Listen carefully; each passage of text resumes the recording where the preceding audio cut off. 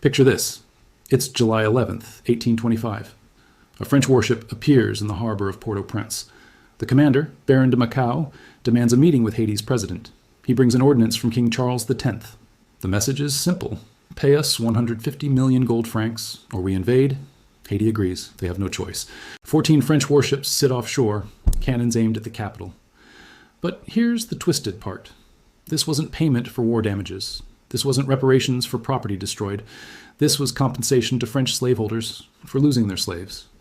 The very people Haiti had freed were now being forced to pay their former masters for the privilege of freedom. Scholar Marlene Doubt calls it the greatest heist in history. She's not exaggerating. The question everyone should be asking, how do you charge people for their own freedom? Let's rewind to understand what Haiti was before the revolution. In 1791, Haiti wasn't Haiti. It was Saint-Domingue, the crown jewel of the French Empire, the most profitable colony in the world. Not just in the French Empire, in the entire world. Think about that for a moment. This single Caribbean colony generated more wealth for France than all 13 North American colonies generated for Britain.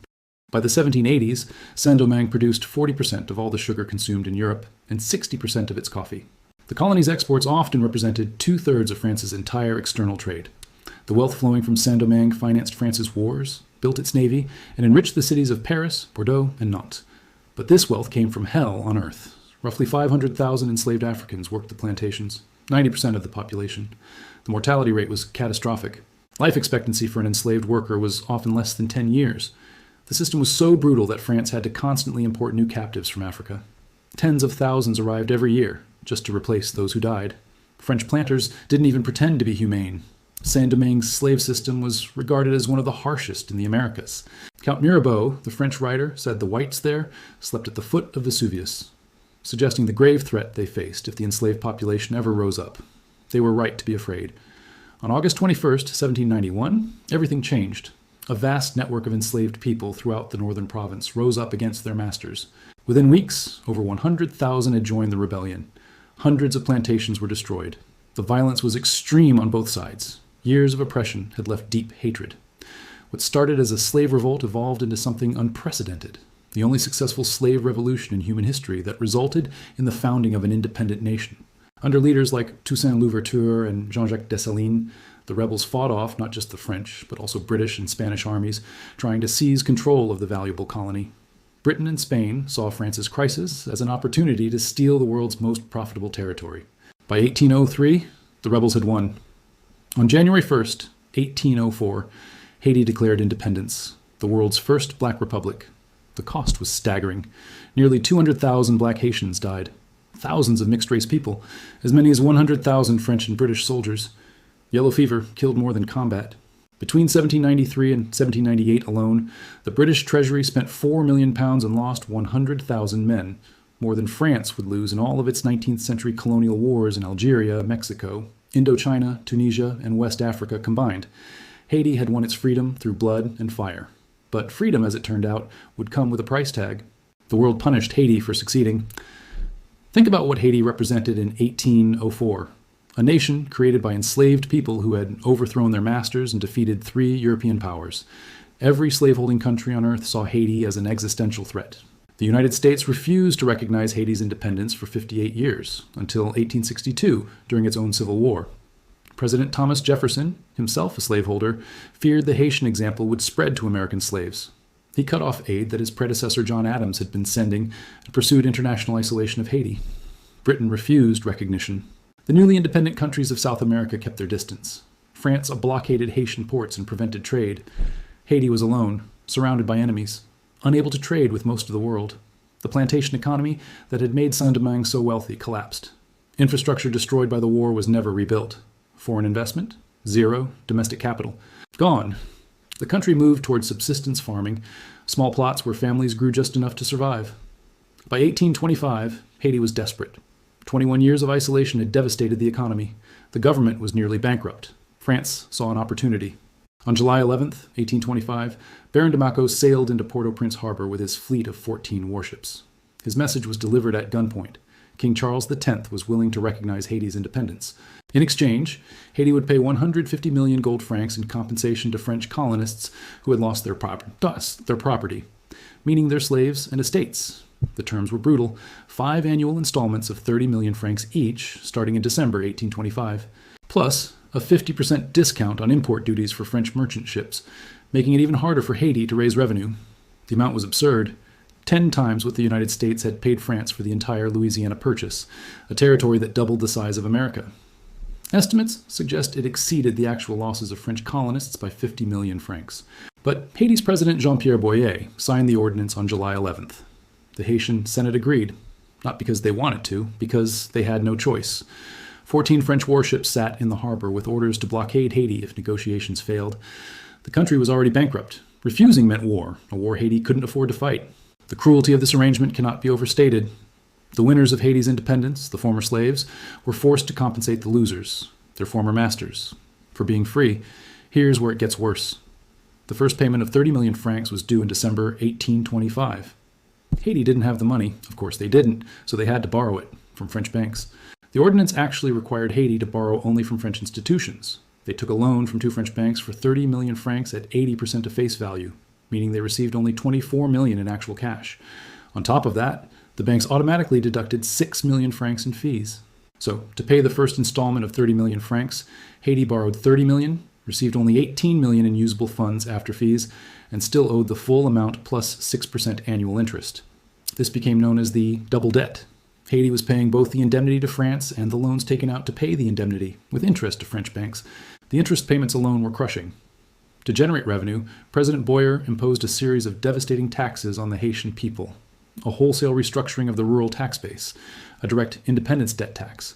He even nationalized the debt, declaring that it belonged to all Haitians, making the entire population responsible for paying their former masters. Rural peasants, who made up 90% of the population, were taxed into poverty to pay for their own freedom. In 1838, France agreed to reduce the debt to 90 million francs, to be paid over 30 years. This was presented as generosity. It wasn't. Haiti still had to pay. The final payment to the French government was made in 1883, 58 years after the original ordinance. But it didn't end there. To finance the indemnity payments and the early loans, Haiti had to borrow more.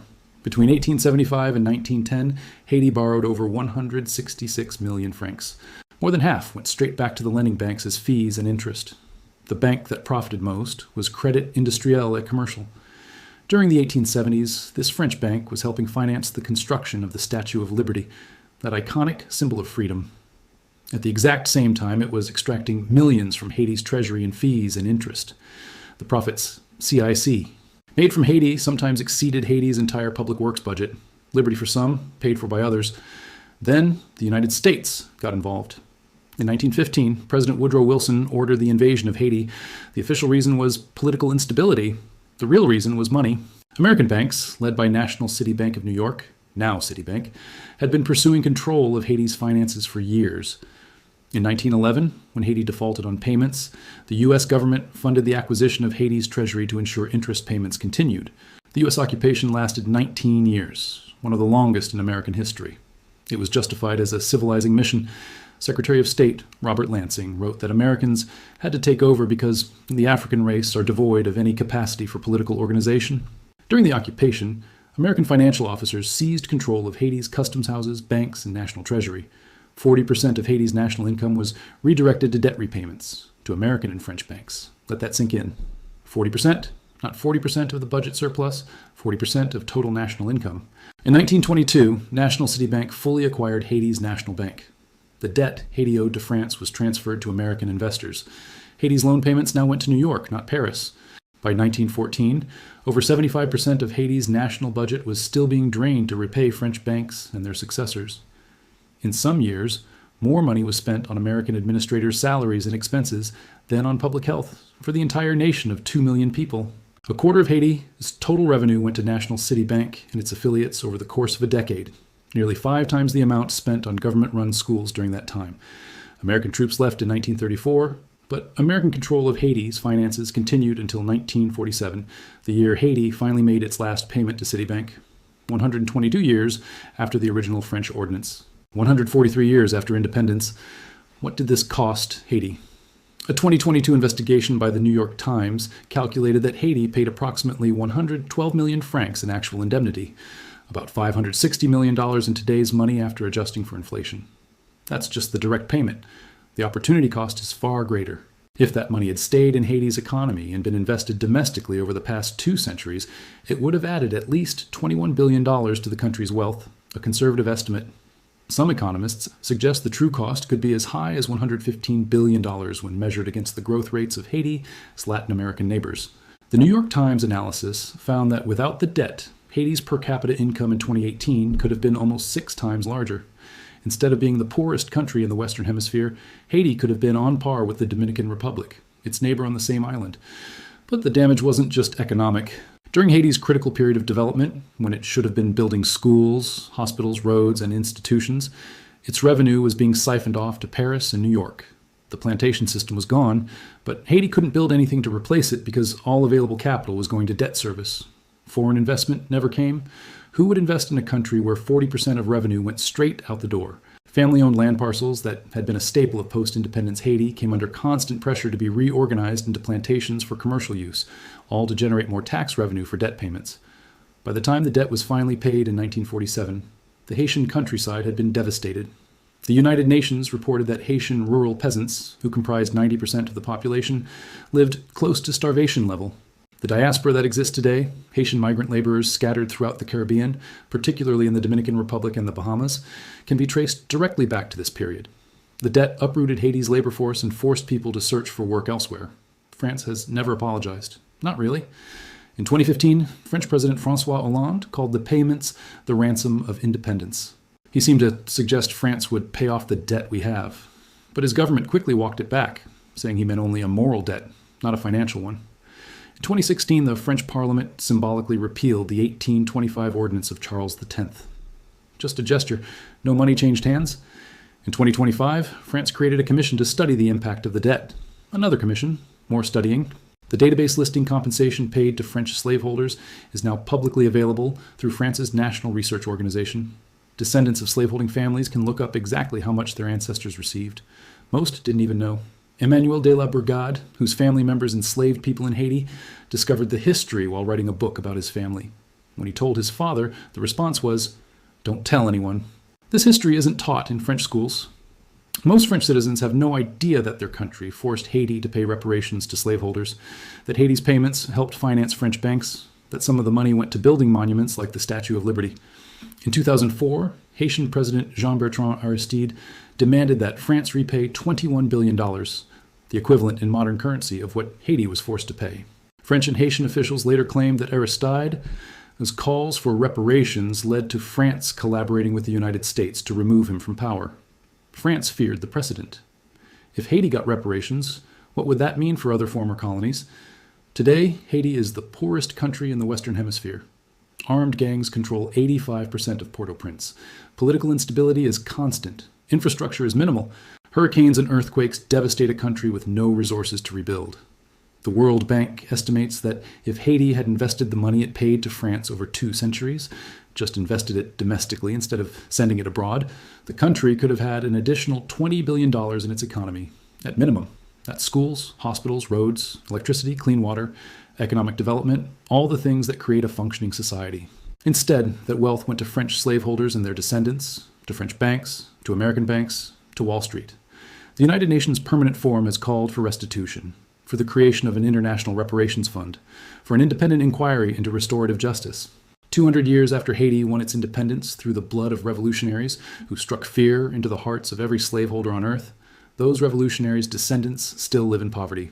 Not because Haitians didn't work hard, not because they lacked resources, but because for 143 years, 6 generations, the wealth they created was taken from them to pay for their own freedom. The lesson: so what's Haiti's story really about? It's about what happens when you win your freedom, but the world refuses to let you keep it. Rome debased its currency. Japan inflated asset bubbles. Ireland created accounting tricks. Haiti paid the ransom, literally. All these approaches share the same flaw. You can't build prosperity when your wealth is being extracted by force. The disconnect between what Haiti should have been and what it became reveals an uncomfortable truth. The international order punished Haiti for the crime of successful slave rebellion, for showing that enslaved people could defeat their masters, for proving that a black republic could exist. The richest colony in the world became the poorest country in the hemisphere, because it was forced to pay for freedom it had already won through blood. The question isn't whether Haiti deserved better. The question is, who owes whom?